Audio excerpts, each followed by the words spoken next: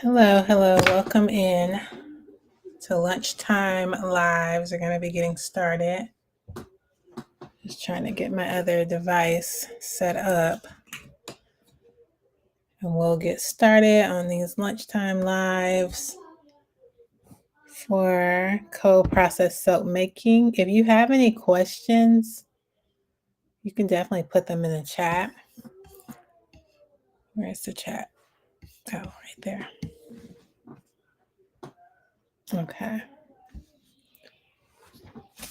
So yesterday I came on live and we did the this thing still isn't that clear. Maybe it's just yesterday we came on live and we came up with our recipe that we're going to be making at the end of the month. Today we're going to be going over a lot of common soap making ingredients and their uses and their benefits. I have the document, I just haven't uploaded it to the Soap Made Simple on my links. So I'll get that done after this live is over. Hello, Lady Vanessa. I haven't seen you in a long time. How are you?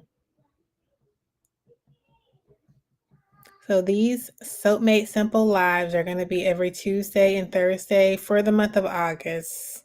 We'll see how August goes before we extend it to something else. But I just wanted to break down cold process soap making into little bite-sized nuggets, so to speak. Trying to position. So I'm on TikTok. I'm live on TikTok, Instagram, and YouTube. So I'm just I need to like reposition myself. So, because I want to make sure that I appear the same way to everybody, I guess, so to speak. Okay. I think that's fine. For those who are on TikTok, let me know if I don't look clear because it doesn't seem that clear, but I could be wrong. All right. So if you go to my links, if you're on YouTube, you have to go to my post, community post, and there'll be a link to the syllabus there. That link is going to take you to the syllabus as well as the document that I uploaded yesterday, which was soap making ingredients based on your skin type. So it's not all of the ingredients, but it's some of the common ingredients based on your skin type that have been uploaded there. I'm also going to be uploading today after this live. I'll be uploading common soap making ingredients, their uses, and their benefits. So if you are interested in making cold process soap or never done it, want to try it, or even like other soap processes, and this is a good live for you to join every Tuesday and Thursday at noon. Yesterday we did our recipe because last week I couldn't get on Thursday, so we ended up doing our recipe yesterday at noon. The recipe, let me see, where is it at? The recipe that we came up with, which we're going to make at the end of the month. So at the end of the month, August 20, make sure I get this date right, August 26th, yep.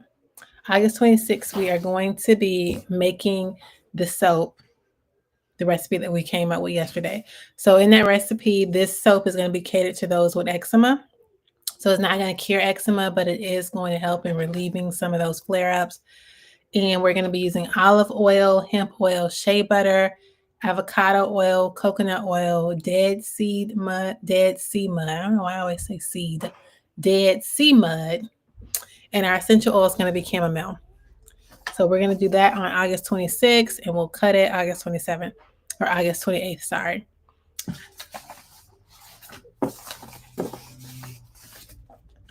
Okay. So if you are interested in learning how to make soap and you kind of want to do it at your leisure, I do have a free soap making course that you can join, and it is truly free. It is something you do it at your leisure. You don't have to pay for it. It'll be free forever.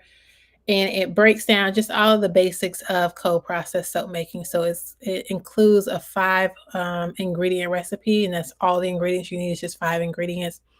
And it breaks that down for you in like bite-sized videos, no longer than 3 minutes each, as well as PDFs that you can download to assist you in learning the process. Definitely go and check out that course. If you're on TikTok or Instagram, you can go to my profile, go to my links. You will see it there. It should be, I'm going to say it's the third or fourth link, but it'll say beginner soap making course. If you are on YouTube, you can go under my name, like go to my page and go underneath my name, and you'll see a bunch of links. The first link I believe will be blackhands.net, which is just my main website. But if you click on the others, the soap making course will come up in those links, so you can join there. One thing I do ask is that if you do join the course, that you do take full participation, or I want full participation in the survey that is at the end. Thank you for the likes, Ari or Aries Soap. Hopefully I said that right. I want you to definitely do the survey because I use that to make improvements to the course. I truly want the course to be a one-stop shop. I don't want you to have to ever pay for a course.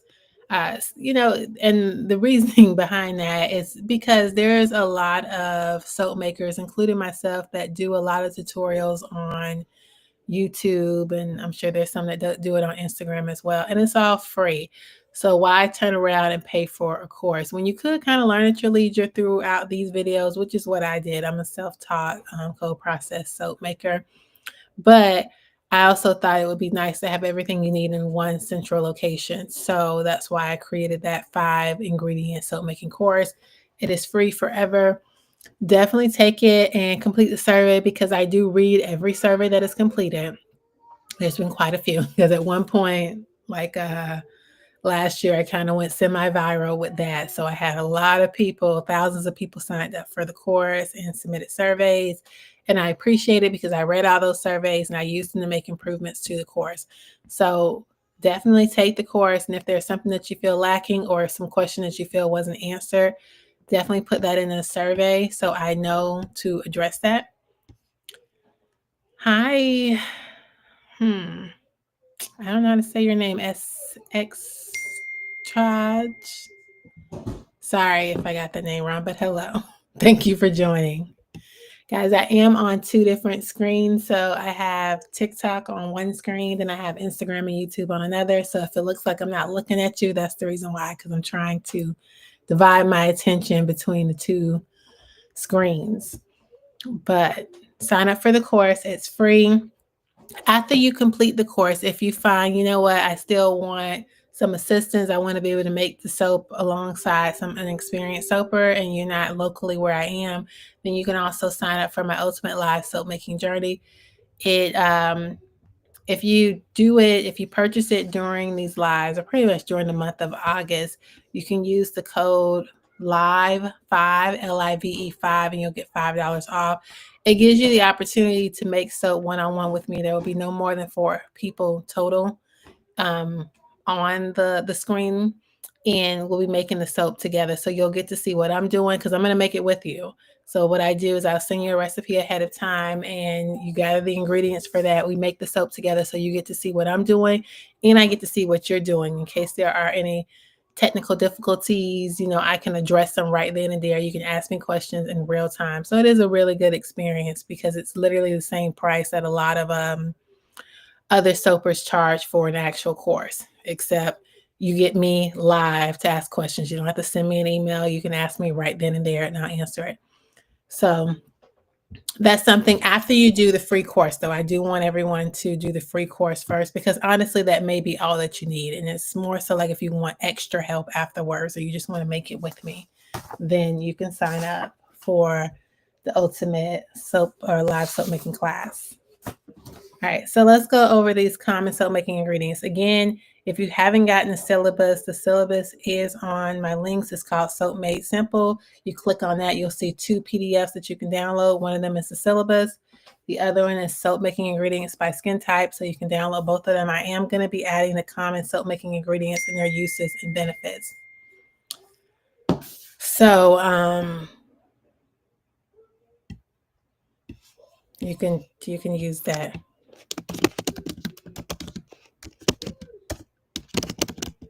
Sorry, got distracted.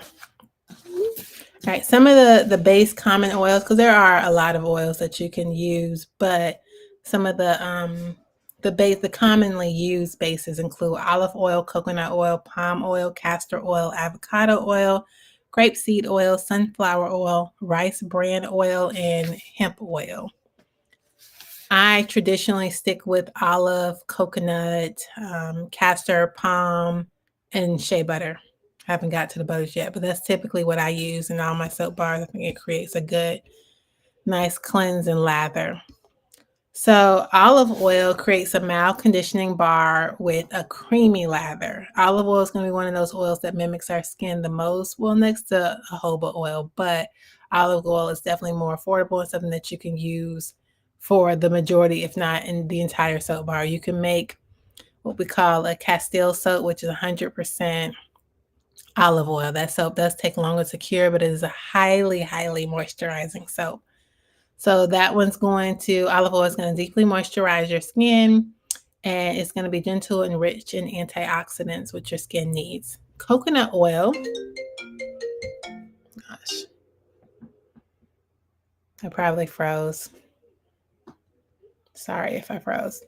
But coconut oil, I traditionally use it for the lather and the hardness. It gives you a deep, deep cleanse. So while olive oil is deeply moisturizing, coconut oil is deeply cleansing. If you use too much coconut oil, it can dry out your skin. Depending on how sensitive your skin is, it definitely can dry it out simply because it is a very highly cleansing oil that you can add to your soap, and I add it to all of my soaps. The key to that is making sure that you don't do too big of a percentage. I normally don't go over 25%, and 25% is really pushing it. So as long as you keep it less than 25%, I find that 22% of your recipe being coconut oil is a good sweet spot for coconut oil to avoid it being drying to your skin. But it's going to cut through the oils. It's going to be antibacterial, and it's going to create a very fluffy, bubbly lather. Like coconut oil and castor oil are both known for creating really nice lather in your soap. Because typically that's what people are looking for with natural soap. They want the cleanse, but they also want the lather. And those two things are good, but the main thing or the main reason why I use natural soap is because it doesn't strip my skin of its natural oils, and that's important. We only got this set of skin for this one lifetime, so let's treat it well. Another oil you can use is palm oil. That's going to add to the hardness of the bar, and that's honestly why I added to it. It adds the hardness, and it works really well for coconut oil. It's like the yin and yang, like coconut and palm oil work very well together, and they create these bubbly lathers and these nice long-lasting bars, make the bars a lot harder. The other one is castor oil, which I mentioned before. That's going to boost the lather in your soap, and it stabilizes the butter or stabilize the bubbles. So it moisturizes and it soothes your skin, and it's rich in vitamins. Let me make sure. Okay. Then avocado oil. That adds creaminess and conditioning. So that's a really good one to use in conjunction with olive oil. It's not going to completely replace olive oil, but I call it a luxury ingredient. It just adds some extra moisture to it, just kind of doubling up what olive oil was doing. And it's rich in vitamins A, D, and E, which we all know we need for our skin to promote healthy skin. Grapeseed oil is a very light oil for conditioning without heaviness. Grapeseed oil is actually one of the oils that I use with my hemp oil. I have a hemp oil that is made of hemp oil, grapeseed oil, and olive oil, which are all good oils for your skin. It's mainly geared towards those with eczema, which is why the majority of it is hemp oil, which I'll skip through the hemp oil. Hemp oil in your soap adds a silkiness, and it gives you, it's anti-inflammatory, so it helps soothe skin conditions. Like I said, it's really good for eczema, psoriasis, acne, and it does so without clogging your pores. So is not a heavy oil at all. Definitely a good oil to add to your soap bar, especially if you have skin conditions.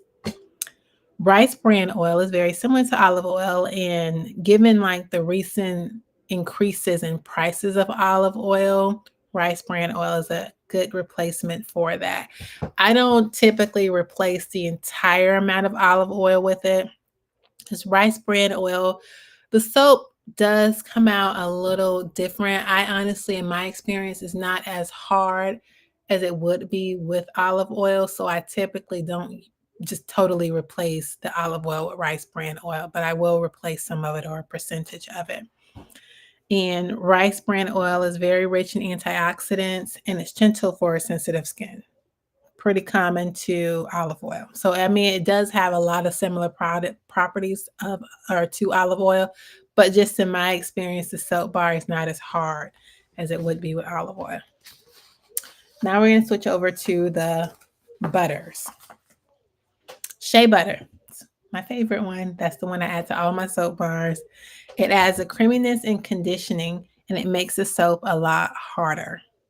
It soothes dryness and irritation and is rich in fatty acids. So it's again another butter that's really good for your skin. I think it adds a lot of moisture to it, and the soap bar is harder. Definitely harder because I've done a few soap bars without shea butter just to really see the difference, and there really is a difference. So that 5 ingredient recipe that I have on my soap making course, it does not include shea butter.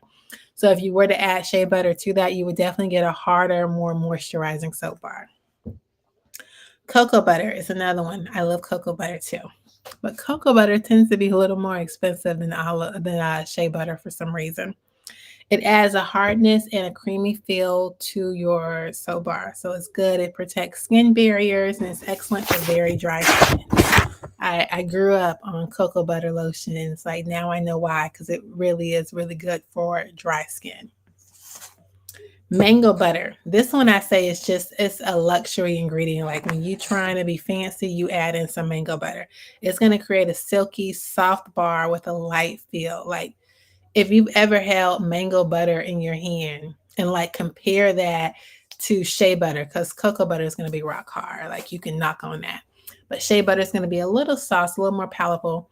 So mango butter though is much more creamier and softer, and it reflects it in your soap bar. And it moisturizes without giving you that greasy feel. Even like if you add it to like an oil that you're making, mango butter is really good. Or I should say a body butter. All right, now the liquids, because you don't have to use water in all of your soap bars. Distilled water is what I tend to use in my soap bars if I am going to be using water, which the majority of them are. And the reason why I use distilled water is because I want to avoid any minerals and vitamins kind of counteracting with the ingredients in my soap and kind of throwing it off. The soap sometimes is a little unpredictable. And so the best way to make it predictable and stable is to use the same common minimum ingredients as possible. So distilled water is essentially dead water. There's no extra toxins or minerals or additives in distilled water. So it's the best water to use for soap because of that. You don't have to worry about it counteracting with like the sodium hydroxide or the oils and causing confusion. So distilled water is the main ingredient, the main liquid that you can use. And the reason why you need a liquid is because you have to add the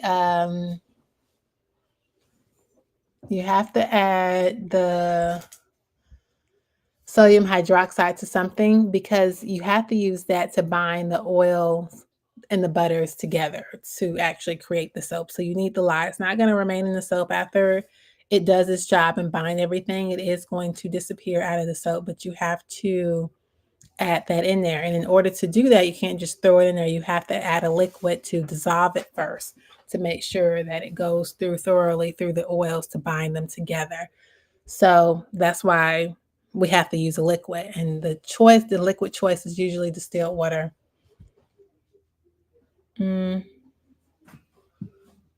Sorry, I got like messages coming through.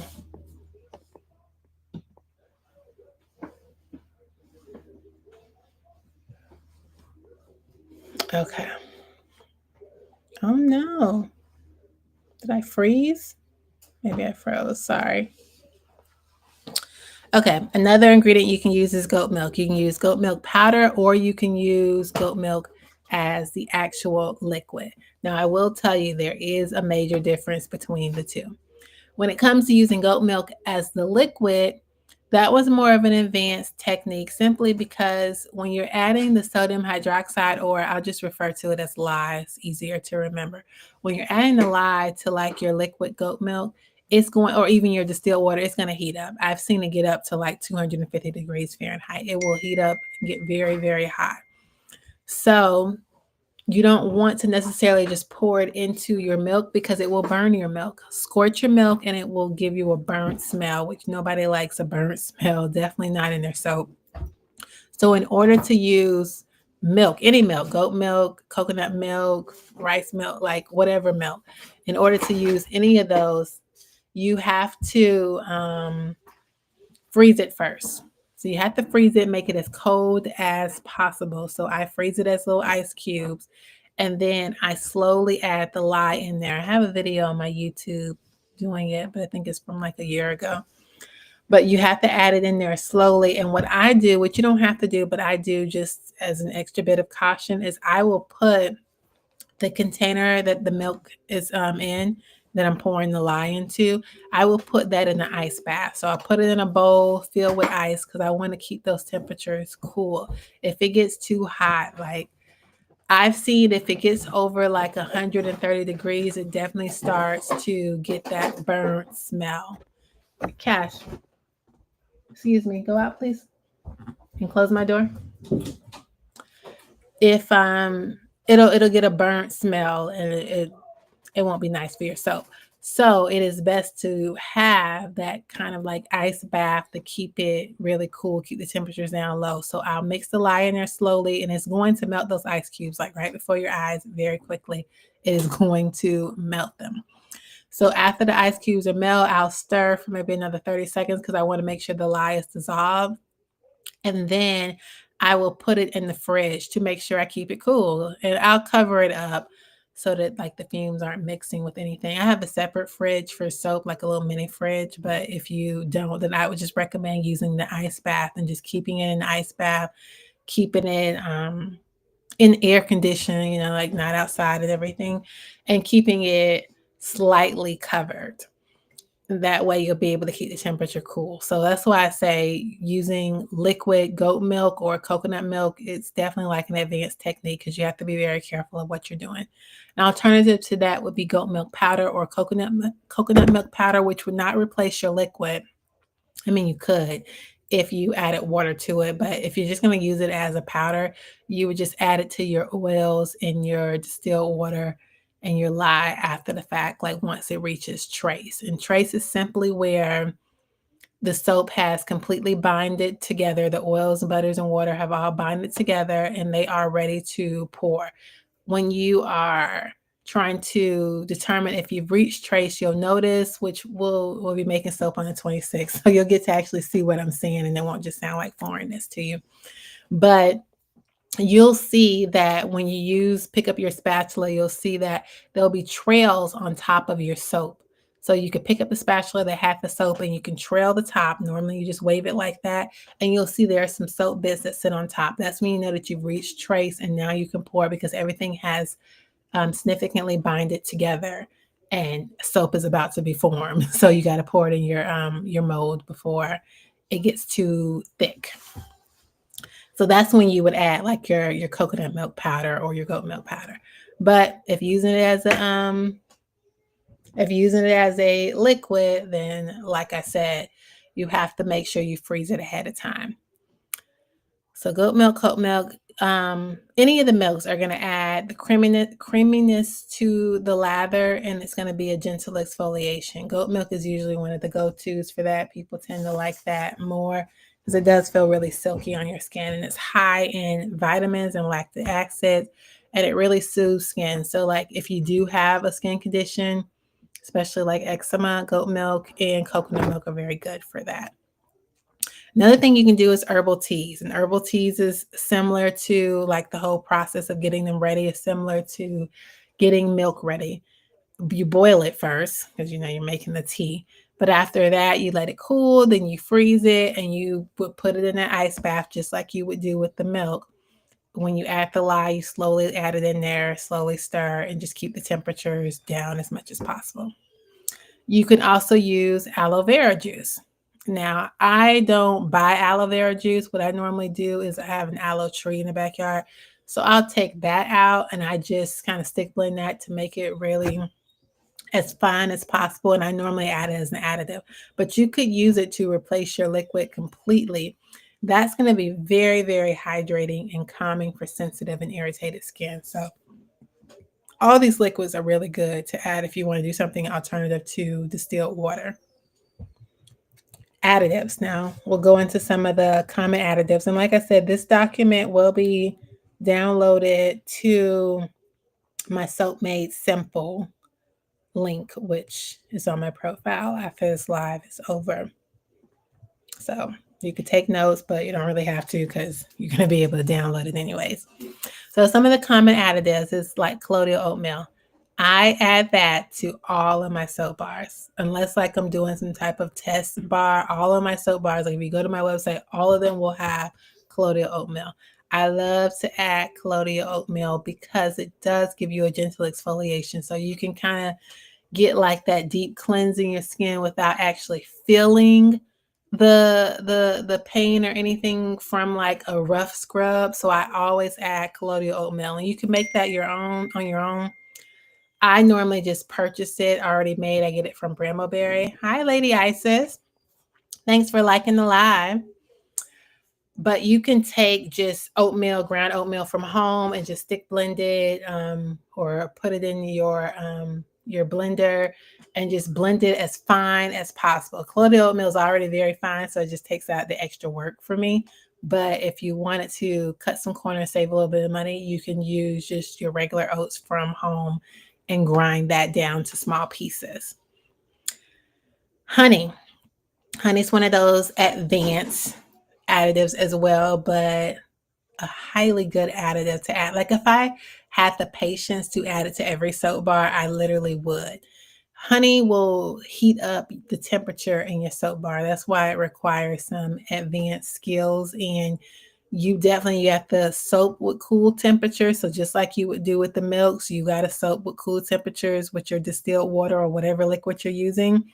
But then after you make the soap, you got to put the soap in like a cool area. So I normally will put it in the fridge either overnight or I put it in the freezer for a couple of hours, because you want to slow down that heat process. Because if it continues to heat up, which it will for the next 24 to 48 hours, because with saponification, it's going to heat up anyways. That's just how soap works. It has to heat up so it can get rid of that lye, so it can be safe to use.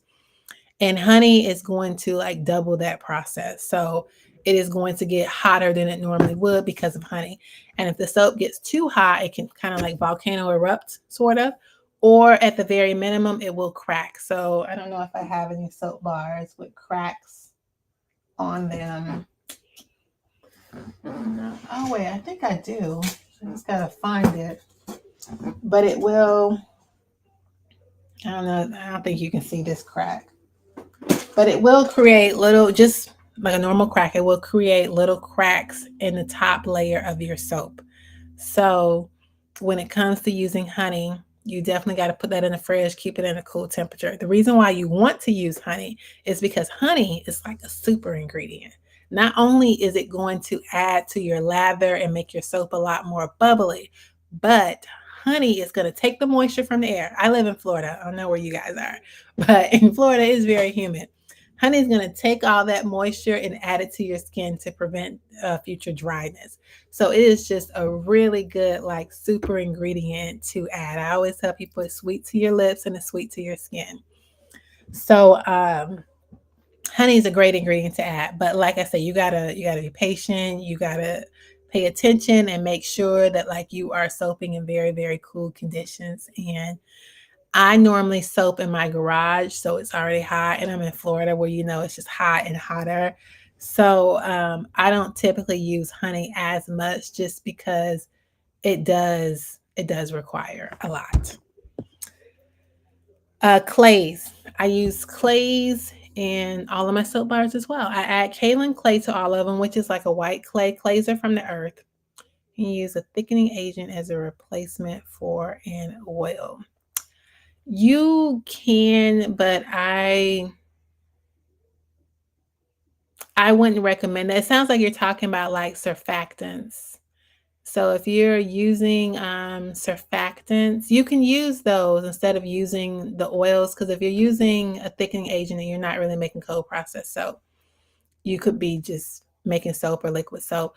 And surfactants tend to be a little more drying to the skin. So I typically don't use those, but you can do that, yes. But it wouldn't be cold processed soap. Cold processed soap is simply the oils, butters, and lye coming together. There's no other agents that you can use for that. You're from my TikTok though. I see you're on YouTube. Do I follow you on YouTube? I guess I'm gonna have to look afterwards because I recognize the name. So hello, Logan.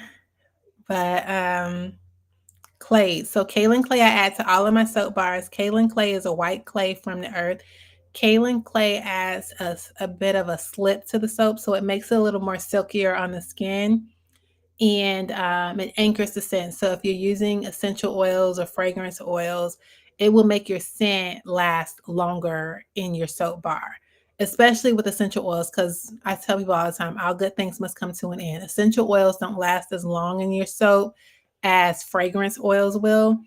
And I tell people typically your essential oil is going to last a good between 6 and 8 months, but really like 8 months is really pushing it out there unless you've overused and you put too much essential oil in there.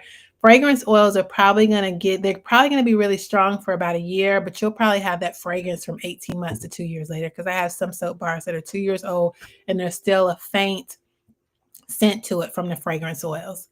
So something like sea moss, yes, you can use sea moss. Sea moss you can add as like an additive, just like the clays. You would add sea moss. You can do the sea moss as a liquid.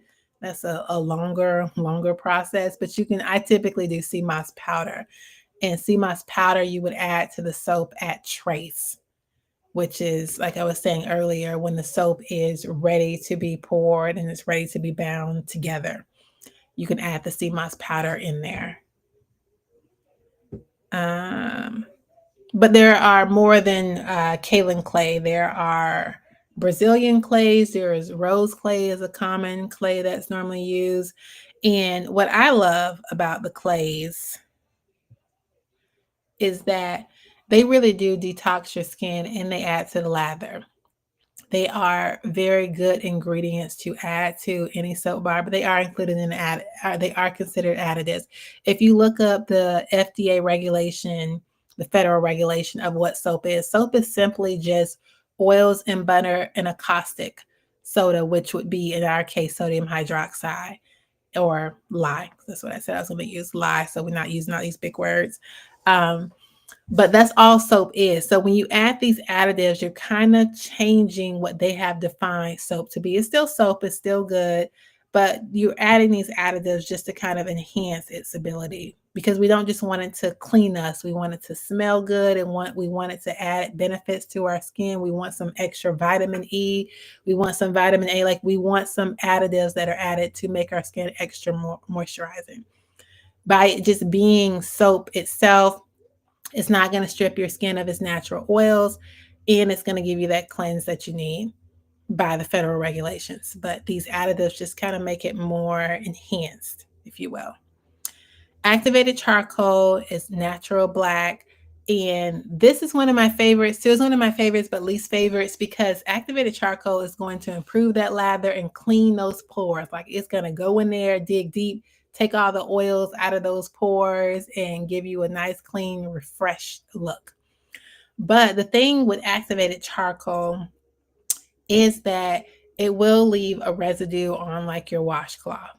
Some people have said it leaves a residue on their, like in their shower, their bathtub, but I think it depends on the material of your shower and bathtub, and it also depends on how much activated charcoal was used. Activated charcoal is naturally black. However, if you use it in small amounts, then it comes out gray. So you notice, like with my soap bars, a lot of them, instead of them being like, if I use activated charcoal, instead of them being black, they are gray. And the reason for that is because I want to avoid that residue buildup in your shower. So I don't put in as much as I could put in to make it black, because I've received a lot of complaints about people saying, well, it stained my bathtub, or it was on my washcloth. The thing is that it will wash away. It's a natural ingredient. It's not going to stay there forever. But some people just don't like to see it. So that's why I say it's one of my favorite ingredients, but kind of trouble because a lot of people would typically complain about it if they're not familiar with how activated charcoal works. But it is a really good ingredient to add to your soap, and it's one of the best additives that you can add to your face. That and honey. Activated charcoal and honey will do wonders for your skin with bringing in all that moisture. Activated charcoal is going to deeply cleanse it. The honey is going to bring in some moisture from the air and give you a very nice, silky, clean, clear face. So they're definitely good ingredients to have. There's also herbs and botanicals that you can add to your soap, and those will add scent, they'll add texture, and they'll give you like a gentle exfoliation. I typically don't add them at all, simply because I don't want to clog up your sink with them. And there's some people who put like a little bit on top of the soap, which is fine because that's not going to clog up anything. But there are some who I've seen who they actually put it inside the soap because it does give you a nice exfoliation. Man, I've used soap bars with it, and it definitely is a nice exfoliation. But I typically don't add them just because I want this to be as clean as a process, as clean of a process as possible.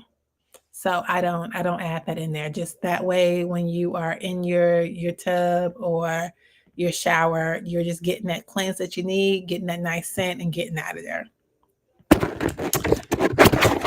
So kind of went over those scents. So essential oils. There's essential oils and fragrance oils. Fragrance oils could be a bunch of essential oils mixed together and binded to kind of give you a lasting effect with like a preservative to add to them, or essential oils, which are just natural essential oils from the earth. Thank you for the gift. Okay, sorry. Like I said before, I'm on two different screens. So I have TikTok on one screen, I have YouTube and Instagram on another. So I am paying attention to both of you. I'm looking in both places. So the common essential oils that are typically easily accessible are lavender, which is a very floral, calming scent. It is going to relax you. It is going to soothe skin irritations. It's going to promote healing. It's a really good essential oil to add to your soap. It is actually my number one bestseller. I have my lavender soap. It's called Lavender Bliss. It's made with purple Brazilian clay as well as purple pigment and lavender essential oil. And it is really calming. Like after a long day at work, that was the soap bar of choice that I used to use when I first started making soap. So lavender essential oil is definitely one of those oils that are easily accessible and just really good overall for your skin and the scent. And it tends to just be a crowd pleaser. Like I don't think I've ever met anyone that didn't like the scent of lavender. They may not always buy it because they think it, it's just plain and common, but typically everyone likes the scent. Tea tree oil is very antibacterial. So that's a good cleansing one. It helps with acne and fungal issues. So definitely skin conditions, other skin issues. Tea tree oil is going to be a really good essential oil to apply to your skin. So it's going to be great to apply into your soap. Eucalyptus. Eucalyptus is a very fresh scent, very cooling. I know like whenever like the winter time, I'm in Florida, so my winter is not like a real winter, but it's winter enough. When the winter time comes around, if like you have a cold or the flu, sniffing eucalyptus is always refreshing to me. So that's typically one of those soap bars that I'll bring around during the winter time because I know there are other states in the nation that have a real winter. So those work out really good because it's that very like minty, refreshing scent. and it's going to decongest and refresh your skin. So just like it refresh your nostrils, it will refresh your skin. I find that with eucalyptus, you have to use less than what's recommended, because I purchased a eucalyptus soap before, just because I like to try out the scents and soaps from other soapers before I invest in it myself. And this particular soaper, I think they might have used more than what was recommended, because I experiment with it after the fact, and I saw that if you use more than what's recommended, it tends to give your skin more of a tingle. Now, the minimum tingle is fine, but it tends to be a little uncomfortable. So you have to be careful of how you use eucalyptus essential oil. And I definitely would not use what's recommended. I would use a little less than that. Lemon essential oil. I've had a recent experience with that. I make this. I have my soap bars in a few stores locally, and in one of the stores, I created the Sea Moss lemon essential oil soap bar, which I thought was just going to sell out and people were going to love it, because I was like, you got Sea Moss, which is going to give you that extra hydration. And then I just thought the lemon scent was very bright and fulfilling. But it took a while before it started to sell. And even after it started selling, it didn't sell out. And I happened to hear someone talking about it, and they were like, "Oh, the lemongrass," because it was lemongrass. They were like, "Oh, it smells good, but for my kitchen, not for my skin." And that's when it dawned on me that people associate lemongrass with cleaning, like household cleaning, not like body cleaning.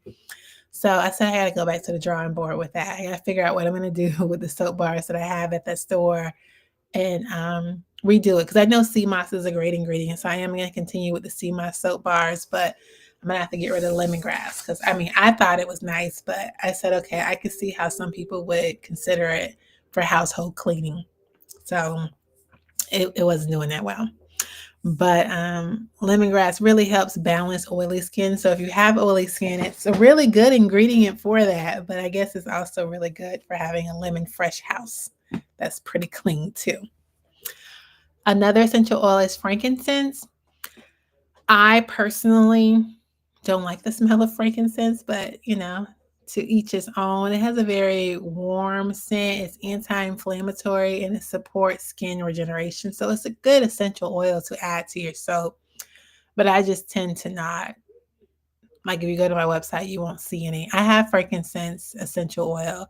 So I said I wanted to make some. And the only reason why I purchased the essential oil was because I was at a market and someone mentioned to me, "Do you have that?" And I was like, no one has ever asked me that. Like, I've been selling at markets for a little over 3 years, and no one's ever asked me for frankincense. So it was unique. So I figured, let me give it a try.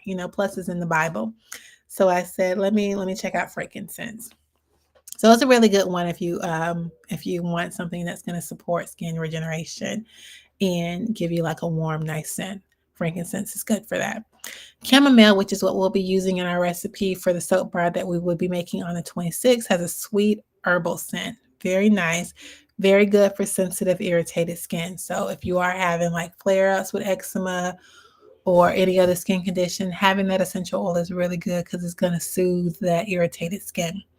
So the soap bar that we'll be making on the 26th is geared towards those with eczema. So a lot of the ingredients, pretty much all the ingredients, are ingredients that's really good with helping with flare-ups for eczema. The last common essential oil is peppermint essential oil, which I love. It is so like minty. I always have a Christmas soap with peppermint. I actually have a year-round soap with peppermint too. My turmeric, honey, and mint soap bar, that's peppermint year-round.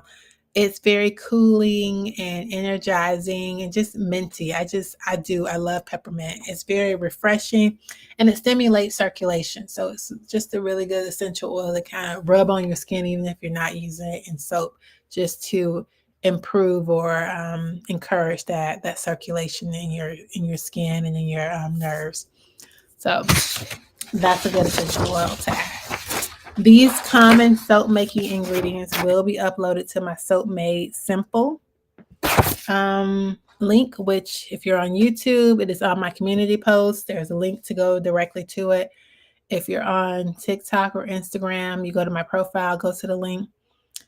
I have a free soap making class or course If you go to my links, I don't think it's on my community post. I have to add it to a community post. But for Instagram and TikTok, if you go to my links, you'll be able to see that free soap making course. I do hope that you will sign up for it. It is truly free. So definitely don't go out there paying for the course. I just think that's one of those things that people shouldn't have to pay for, especially considering the fact that there's a lot of free resources. So what I've done is I've just gathered all those resources, made them my own, and put them in one central location for you so you don't have to go looking around. At the end of the course is a survey, which I do ask that you take. I do read each and every survey, and I use the surveys to make improvements. So if there is a lingering question that you had afterwards, and obviously I don't want others to have that lingering question, so I will make improvements based off of the surveys that I receive. So definitely sign up for the free soap making course. After you take the course, if you feel like, you know what, I feel like I got the basics of soap making, because that's what it is a basic soap making course, but I want to make the soap alongside an experienced soaper, then you can sign up for my ultimate live soap making class, which the next one is August 31st. If you use the code LIVE5, which is LIVE5, it will take $5 off.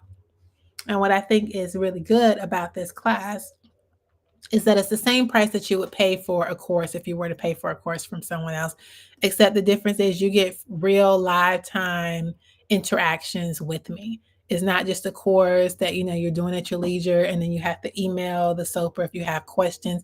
You'll be able to ask me questions right then and there. I'm going to send a recipe to you ahead of time. I'm going to make the same soap bar that you are making. I'm going to make it as well, and you'll be able to see my process and how it's going, and I'll be able to see yours. So if there are any hiccups, we'll be able to address them right there one-on-one. I do not allow more than 4 people total into these live soap making classes, and they are private, so it won't be like public where everyone can see them. It's actually with a special link through Google Meet, so it's not even through like TikTok or Instagram or YouTube Live, any of that. So that's only if you feel like after taking the free course that you would like some extra help or just someone to kind of oversee what you're doing. And you use the code LIVE5 to get $5 off. The Soap Made Simple series will continue for the month of August. They'll be every Tuesday and Thursday at noon. I have a syllabus that I have uploaded. So if you go to my links, you'll see the syllabus there. You'll also see the soap making ingredients by skin type. So I've divided it into dry skin, oily skin, sensitive skin, and skin conditions. So you'll have that. And then the list that I went over today, I'm going to add that after this live is over. And those are called common soap making ingredients with their uses and their benefits. So you'll have access to all 3 of those documents for free. You can use the syllabus to follow along to see which classes you want to jump in. I understand that people are busy. So if you can't come, every Tuesday and Thursday at noon, you can kind of just peep in for the topics that are of interest to you. It's only going to be for the month of August. So definitely grab the syllabus, and hopefully I will see you guys the next Tuesdays and Thursdays for the rest of the month. Now, this coming Thursday, we are going to be doing soap making tricks and secrets. So I'll be sharing some secrets with you guys on how I maintain having really decent soap bars every single time. So looks like I just got an order. How cool. Thank you. If you were in this live, I don't know, but thank you. So you'll have access to those 3 documents, and we'll be doing the soap making secrets and tips on this Thursday. So you'll be able to see like if things don't always, because they don't always go to plan. Soap making is very temperamental. It is like soap sometimes has a mind of its own, and there's so many different varying factors that could affect it. Like even the temperature around you can affect how your soap behaves. You could have made a soap bar multiple times. You're like, you've always used this essential oil, you've always used this ingredients, and the soap bars always came out perfect. And then one day it doesn't. And it could be something like the temperature around you or the temperature of the container that you're using. So soap is very temperamental. That's why I say it's always nice if we can make it together. That way we can see. Thank you, Logan, for tuning in and being here with me on YouTube. So definitely get that syllabus. I hope to see you guys Thursday. Thank you for 816 likes on TikTok. I can't see my likes on YouTube or Instagram. I can never see them. But thank you for whoever liked it. Thank you for joining me. And I will see you guys on Thursday. Bye-bye.